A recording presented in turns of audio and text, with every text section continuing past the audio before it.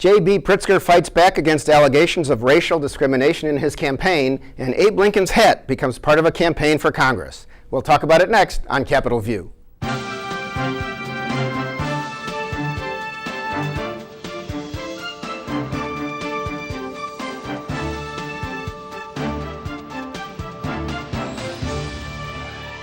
Welcome to Capitol View, the program where we talk about state issues, sometimes federal issues, and how they just might affect your life. And our lives are all affected right now by this campaign going on, so we're going to talk a little campaign stuff. With me today, Brian Mackey is back. He is State House reporter for NPR Illinois here in Springfield and heard statewide. Welcome, Brian. Hello, Bernie. And first time with us, Adrianna Pitrelli, State House reporter for the Chicago Daily Law Bulletin. Welcome to the show. Thanks, happy to be here. Okay, well, Brian, we had an allegation this week, actually a federal lawsuit filed in Chicago, Northern District of Illinois, by 10 campaign workers on J.B. Pritzker's campaign for governor. He's, of course, running against Bruce Rauner and Sam McCann and Cash Jackson. And 9 of them are African American, 1 is Latino.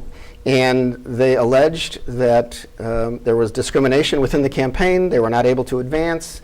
On the other hand, within a day or so of this being filed, some of the allegations were being picked apart by some of the facts involved. Where are we on this? Because it certainly looked like, as some of the Republicans were saying online and elsewhere, a bombshell 3 weeks before an election on November 6th. Yeah, I mean, we're used to October surprises, right? That's a phrase for a reason, but they don't usually come from within someone's campaign, from within people who are working for the campaign. I think it's important to look at some of the ancillary details here. A lot of these campaign workers were only there for a month or two. Some of them had been there since June, I think 1 since May. So these are not the people who have been with Pritzker for a year and a half, going on 2 years as he's been building up his candidacy. The Pritzker operation says they have about 200 people working for them. This is 10 campaign workers. But some of the charges they make are things that certainly don't sound good on their face, right? They complain in one instance that they had to work in an office that they felt was unsafe. Yeah. There was a Foot Locker next door that had been robbed a couple of times. This is in a neighborhood in Chicago. But even that aspect of it, one of the other complaints about that office is they said, well, when can we get Pritzker to come visit here? And they claim that they were told, well, he'll come when people stop shooting outside. Mm-hmm. Well, the campaign today says, well, Pritzker, in fact, has visited, all of the offices in Chicago combined 31 times. And if he hasn't been personally to an office, the lieutenant governor candidate, Juliana Stratton, who herself is African American, has been to these offices. So the top 2 people on the ticket, they say, have been to all these offices in Chicago. That's just one of the claims they were trying to pick up. Well, there was another claim that one staffer went to Peoria and was supposed to stay with a supporter, but they wouldn't let her stay there when they found out she was black, and then she had to sleep in her car and at the office. But then the campaign put out a list of various hotels, including 2 in one night when she was unhappy with one and went to another, that they had rented for her and were receipts from hotels for a few nights. And there was another situation where somebody alleged that one staffer in Chicago who was on board with the campaign was told to cut his dreadlocks so he wouldn't look so ethnic or something, but then he put out a post saying that he cut his hair on his own because that's something I wanted to do. No one told me to cut my hair. The statement is so far-fetched and weak. And he's been with JB for a while, and so there are disputes about what's being said, and a lot of the top management of the campaign themselves are people of color, and I think they are pretty offended at these allegations. On the other hand, they want to be seen to be taking them seriously because, as Pritzker himself has said about some of the Me Too allegations, people deserve to be believed, they deserve to be heard, certainly.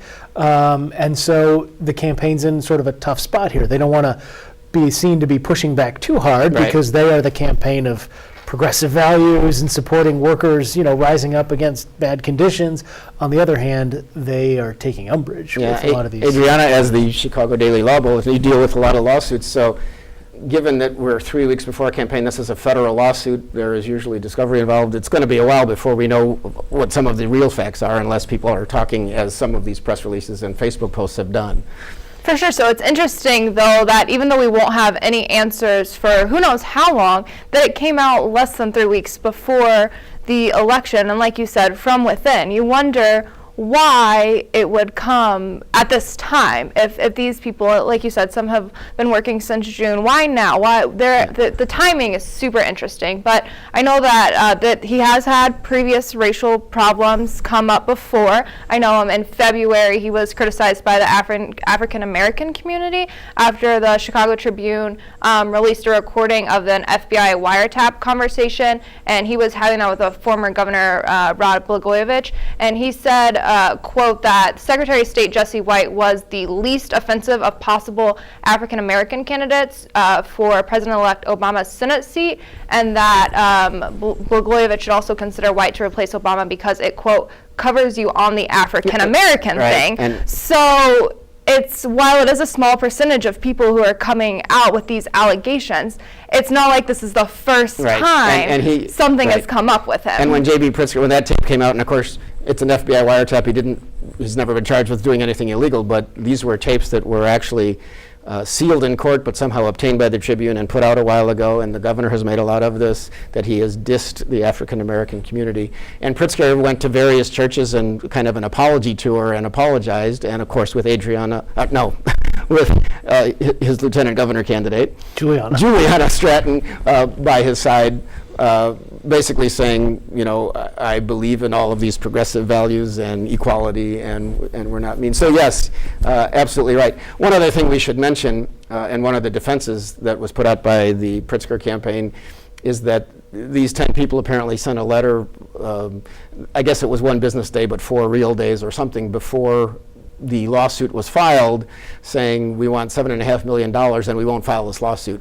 So, or go to the press. Or go to the press. So that, of course, that would have been odd if he had to pay that money, and it would come out later because that would be a campaign expense that would be reportable. But at least... I guess we're still litigating whether paying people to remain silent about a lawsuit is actually a campaign expense, we do talk about national issues once in a while. But that also kind of puts a different spin on things that maybe this wasn't all for. I mean, it at least raises a question. Governor Rauner took questions on this already, has said, this is a serious thing, and he's got a history. And then Lieutenant Governor Evelyn Sanguinetti, I know, was talking to at least one radio station about this. So it will be an ongoing thing, although we'll see where it goes. Politically, you have to wonder, if it's going to hurt Pritzker, how will it hurt him? It's not as though you would imagine that African American voters who were going to vote for Pritzker are now going to turn to the Republican candidate necessarily. So do they stay home? Does it hurt him there? I mean, does this... I suppose they're staying home. I mean, Governor Rauner has clearly, there was one national Black Chamber of Commerce. I think he went to Washington to get an award for getting a program that tries to get more minority contracting. So he has tried either to up the minority vote or certainly, not have it hurt him as much as a lot of other Republican candidates. So it is a delicate balance. Yeah, but he always says, he has his own view. He believes, he clearly doesn't like certainly public sector and unions and some private sector, but he says that's also we can get more jobs in Illinois, and he says like violence in Chicago is caused in part because there's not enough jobs for people, and if we could just have less regulation, we would get more factories and jobs. So he is trying to sell that, and we'll just see where that goes. I mean, this is the third, though. I think it's interesting. We're coming into the final 3 weeks of the campaign, and this is the third sort of mini crisis that Pritzker has had to deal with, right? We had the Inspector General's report in Chicago that was supposed to be secret but was leaked. It was leaked, yeah. Leaked about the toilets that he taken out of one of his mansions next to the one he lives in, and so he could save himself about $300,000 in taxes, which he paid back. But now that made him, he says he wanted to get rid of it as just a side issue in the campaign. But of course, Governor Rauner says that shows you're guilty. There's another story about him using non-union labor for some of the renovation work on his house, maybe perhaps even non-union plumbers. I don't know if that was specifically. And it was like a $25 million remodeling job on the main mansion where they live. Right. And he talked about subcontractors being the problem, so it is what it is. But this is the third thing that he's had to deal with. He is attempting to, he's definitely running this rose garden strategy, right, where he's not doing very many debates, kind of like locking himself down, hoping he can just ride that 13 to 22 percentage point advantage he's had in the polls lately to victory. It'll be interesting to see if these little cuts keep digging into that, though. Yeah, I will say, and J.B. Pritzker, within the last week, I think he surpassed $146.5 million that he's put into his own campaign, which is now more than Meg Whitman spent, a Republican who ran for governor against Jerry Brown in California and lost, but that's like the most a candidate has ever spent for governor. Are we, Adrianna, seeing too many ads on TV? Do people just get numb to this? I think so. I mean, television ads are the top expenditure in this race, and we're seeing them every day. To an extent, I feel as if people are going to stop paying attention because we are seeing so many every day. And not just that, we're seeing them when you get on YouTube. We're getting different mailers sent to our house. We are getting bombarded by this campaign, and I don't know that the everyday person is enjoying that. So it might be time, like you said, there's 3 weeks left, maybe just draw back a little. I think a lot of people have probably already made their decision. Early voting is open. I think, and that's getting more popular every year. Right, early voting is very popular, and so I think that a lot of people have already probably made up their mind, and if these things keep coming out, I don't know that a lot of people are going to be swayed with their opinions. Yeah, so it might be time to just... Well, I did notice, Pritzker, who is 3 times at least as rich as Rauner, because he's worth more than $3 billion, has done a mix of negative on Rauner, failed governor, and positive on him, mental health, remembering my mother who had problems in life, and now I want to be good. Whereas Rauner has spent most of his campaign running ads saying how terrible Pritzker is and how much he'd be like Mike Madigan in the Chicago machine, and he wants to tax more and corrupt and all of that. But there is an ad that's running by Rauner that I just saw within the last day, and I know it's been around for a few weeks, where he's sitting there, I really just need another chance. We don't want to go to that corrupt, we've made progress. We want to make more. Stick with us. This could be Illinois' last chance. Is that the last chance? What do you think of that? I don't know. You know what the first thing I thought of, to be honest with you? Do you remember the famous National Lampoon magazine cover from the 1970s? I do not remember it first. I think you're more of a geek than me, but go for it. It's a famous magazine cover from the 1970s where there's a picture of a dog and somebody is holding a gun to the dog's head, and it says, "If you don't buy this magazine, we will shoot this dog." I do remember that. Okay, I'm a geek too. Yeah. So this feels like there's this doom element to this is our last chance. Now, he doesn't quite come off that way in the ad as it does in some of the press materials we got about it.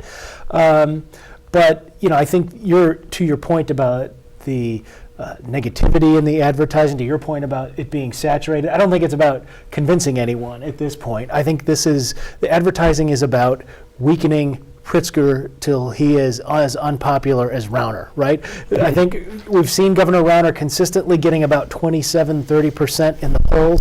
I think his hope is he can just drag Pritzker down with him and keep other people from either not voting or do whatever he can to just sort of drag Pritzker down to where his unpopularity is. And we'll see what national trends hold. There's been this long talk this season, because President Trump yielded so many demonstrations in the streets by Democratic groups and women's groups that were not activated necessarily before, that there's going to be this blue wave, and that clearly Pritzker would benefit from this in the midterm election. On the other hand, with Justice Kavanaugh being confirmed to the U.S. Supreme Court after being accused of sexual assault by Dr. Ford in this national thing a few weeks ago, clearly the people you hear talk say this has energized Republicans, so a lot more Republicans may come out, and they just might vote for Bruce Rauner too. So we'll see where that goes. Yeah, this is the enthusiasm gap, right? And there's this, there's the poll from the Simon Institute a few weeks ago, and now at this point, where everything is changing day by day. Southern Illinois University, Paul Simon Public Policy Institute at SIU Carbondale. And I got to add that, again, that was late September, early October. It was literally as the Kavanaugh hearing took place, the second hearing with Christine Blasey Ford and Judge Kavanaugh testifying on the same day, was in the middle of when this poll was in the field. But in that poll in Illinois, Republicans were at 55% were more enthusiastic than they usually are about an election. Democrats were 61% were more enthusiastic than they usually are. it's not a huge gap between them. But what's different is that Republicans were basically at about the same level 4 years ago. Democrats had doubled from where they were 4 years ago. And given that in Illinois, there tend to be more people who identify as Democrats than Republicans, that does suggest that if that enthusiasm carries through the election day, unless Republicans have a real big spike here, which even as Brett Kavanaugh has, sort of buoyed Republican enthusiasm nationally, one wonders if Governor Rauner's unpopularity and his trouble with his own base that we saw manifested in the primary, where he barely won against a more conservative challenger, if that kind of negates that on the Republican side. Ultimately, we'll find out after election day. Luckily 3 weeks from now, we're going to know this. Adrianna, another... It's fun to speculate. Yeah, well, that's why we're here, partly. The Attorney General race is interesting. I think you, within the last few weeks, saw the candidates together facing out. Erica Harold is the Republican candidate for Attorney General. She, Harvard-educated lawyer, works in Champaign-Urbana, also 2003 Miss America. Kwame Raoul is the state senator from Chicago South Side who replaced 14 years ago Barack Obama in the state Senate. How's that race looking? I guess Raoul is certainly hoping that a blue wave is there, and Erica Harold is hoping that she can get through as a Republican in what has become more of a Democratic state. How's it looking? Right. So surprisingly, that race is actually getting closer as we get closer to the election.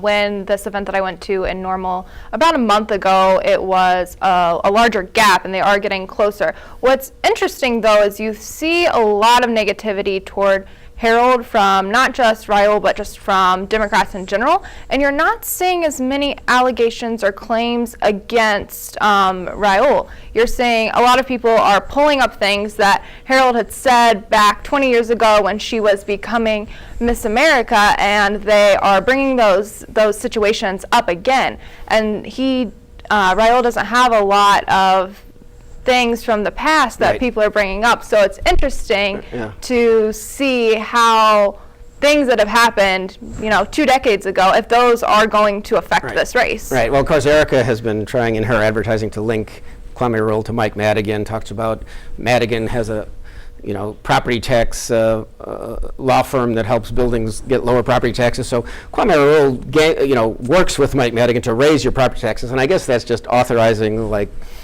maybe the Chicago Police Fund or something to get a higher rate in Chicago for something. So it's a very tenuous, as a legislator, you vote for things that help the city survive, and then, she's calling that corrupt and she'll fight corruption. Raoul brings up that when she was a beauty, when Erica Harold, I guess she doesn't exactly remember it, but there was a book that said it. A beauty pageant contestant. Yes. That she talked about, which would you rather have, a child adopted by a loving gay couple or a heterosexual couple where abuse had been done, and she gave the wrong answer at that time. You could say, the heterosexual couple, and she now says that's completely not what she thinks. So Kwame's lying about me by saying that, even though. And that was just in a book about her. It's not like that's not on tape, right? That's not something we have on tape. Right. And so, but she is still trying to fend off these challenges. She's very conservative on social issues and has been. She's right. pro-life, and Kwame Raoul's pro-choice, for example. Very much. But I think to Adrianna's point, the race is tightening, and we have seen in the past there were districts, particularly some of these swing districts in the suburbs, where in 2016 Hillary Clinton would do one level. The Democratic candidate Tammy Duckworth would be 10 points behind her, and maybe 5 or 6 points back would be Susana Mendoza, who was running for controller that year. So voters do vary. So even if Pritzker does end up, as the polls have suggested, and finishing ahead, we could see Raoul trailing in some of these districts. So that is an interesting race to watch.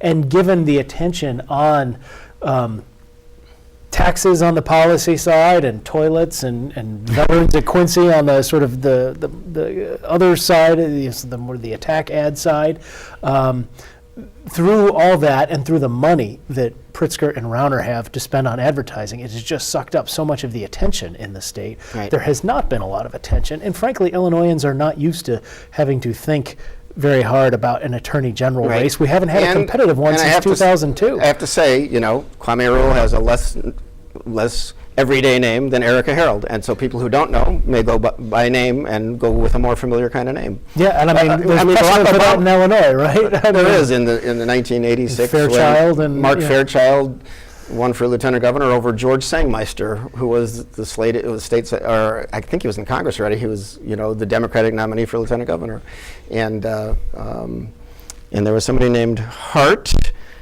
Janice Hart, who beat Aurelia Puczynski for Secretary of State. And Puczynski was a great name in Chicago, but not known in the rest of the state.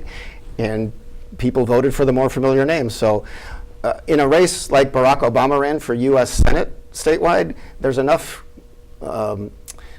advertising for a U.S. Senate candidate that people get to know who that person is. And Kwame Arul's been doing a fair amount of advertising, but he and Erica Harold are each in the $2 to $3 million range as opposed to the $50 million range. And so they could get lost, and maybe people don't know. So we'll see if that becomes a factor. Who knows? It's interesting too, because I feel as if he is catering to an audience that doesn't necessarily know exactly what the Attorney General does. I've been to numerous events of his, and he keeps talking about he's going to fight for health care. Well, how often does the Attorney General actually do anything with health care? Mm-hmm. But that's what he's running on at a lot of these events, and that's super interesting for the everyday voter who may not know a lot about how the political system works here in Illinois. And I would say the same thing on the Republican side, because Erica Harold, as a lot of Republican Attorney General candidates do, is campaigning to be sort of a super state's attorney. Right. In Illinois, we have 102 county prosecutors who are the chief law enforcement officers of Illinois. They decide who to prosecute, investigate corruption, things like that. The Attorney General has some criminal prosecutorial role in very rare cases, but that's not the main thing the job does. You're really the chief legal officer of the state, not the chief law enforcement officer. I'm going to mention Jeff Ladd, who was George Ryan's favorite candidate for Attorney General one year way back when. And I remember I came to the press conference, and Jeff Ladd didn't do well, but his campaign theme was less attorney, more general. Because he was doing that I'm tough on crime thing. I think he ended up not being a significant factor that year, but that often is how you win the election. We've got a few minutes left, and I should talk about the 13th congressional district race. It's very big, certainly in central Illinois. It goes from Champaign down to near St. Louis. It's got I think at least 8 colleges or universities in the district. To have college towns. It's in Bloomington, it's in Decatur, it's in Springfield. It's Rodney Davis is from Taylorville, the Republican incumbent seeking his 4th term. Betsy Dirksen-Londrigan from Springfield is a Democrat. Well-known family in Springfield. She used to raise money for Dick Durbin, but she also used to raise money as a contract fundraiser for the Abraham Lincoln Presidential Library Foundation. That is the foundation that spent $25 million on the taper collection, which is like 1,400 items that deal with Abraham Lincoln and some other people like Marilyn Monroe. But included was a $6.5 million top hat that was supposed to be stovepipe hat that was supposedly Abraham Lincoln's. The provenance, the chain of title of that hat has been questioned over time to maybe it wasn't Abraham Lincoln's, but the foundation still owes like $9 million on the loan that they took out to buy all this stuff.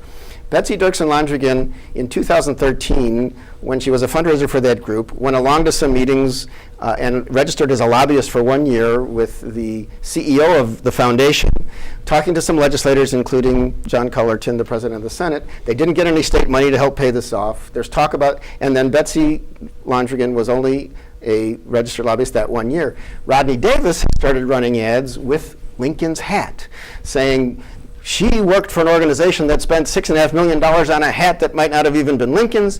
What does she do then? She goes to Mike Madigan.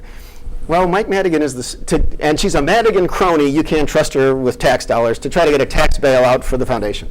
So Betsy says, that's false. I never talked to Madigan. I don't think, and she was only a lobbyist that 1 year, and that was just to sign up to attend some meetings, according to at least the CEO of the foundation.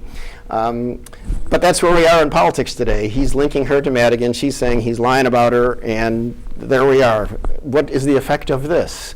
Constituent of Illinois 13? I mean, I think it's just something that you're seeing in almost every race. You're seeing the Democrat or the Republicans calling the Democrats Madigan cronies. You're seeing the Democrats compare the Republicans as just puppets of Governor Rauner. And so it's just, I think that it's another thing that we're hearing in every race. But it's also interesting that a hat of all things is coming up. And even if she did go to Madigan to an extent, that's kind of her job, but she didn't, according to her. Rodney Davis's explanation of this is, I'm not saying she talked to Madigan, but anytime you ask the legislature for anything, you have to go through Madigan's people or you don't get it. That was his explanation when I asked him about it. So, what do you think of that? Well, it's up. We're running out of time, but yeah, I mean, the Republican strategy is tie people to Mike Madigan. Mike Madigan is deeply unpopular, even among Democrats, even in his home city of Chicago, and certainly Democrats downstate. So Republicans see that as a winning strategy. Is it?